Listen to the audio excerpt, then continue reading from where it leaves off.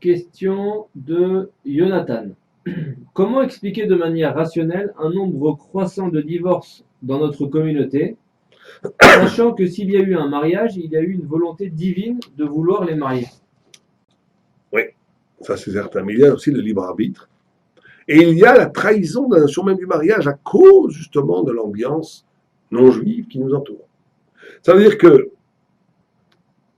quand on se. Bien entendu, un mariage, c'est toujours bien chamaï. On ne se marie jamais par erreur.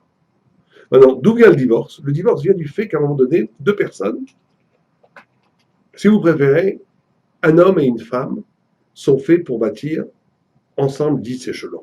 Premier échelon, les premiers feux de l'amour. Deuxième échelon, les deuxièmes feux de l'amour. Troisième échelon, des enfants. Troisième échelon, non, une vie spirituelle. Quatrièmement, une maison de lumière. Cinquièmement, l'étude de la Torah. Sixièmement, il y a des échelons. À un moment donné, quelqu'un va faire le premier échelon, les feux de l'amour, on va s'aimer la jeunesse et tout, on va se marier.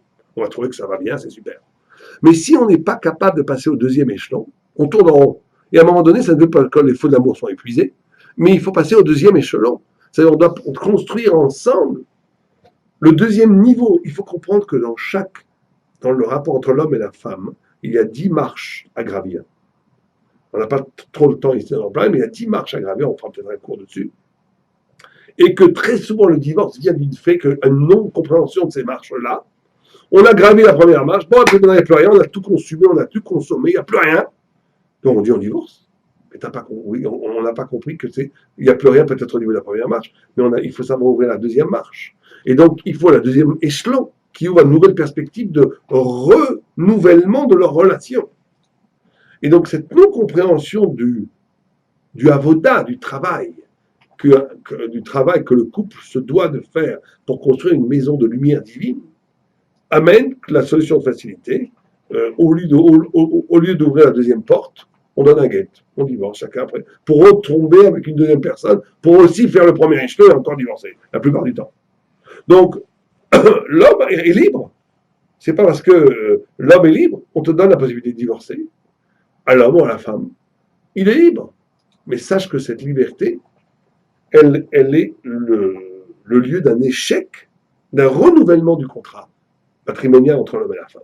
Et c'est ça qui est en jeu. Et qu'il faut que les personnes comprennent cela. Alors il y a des cas extrêmes.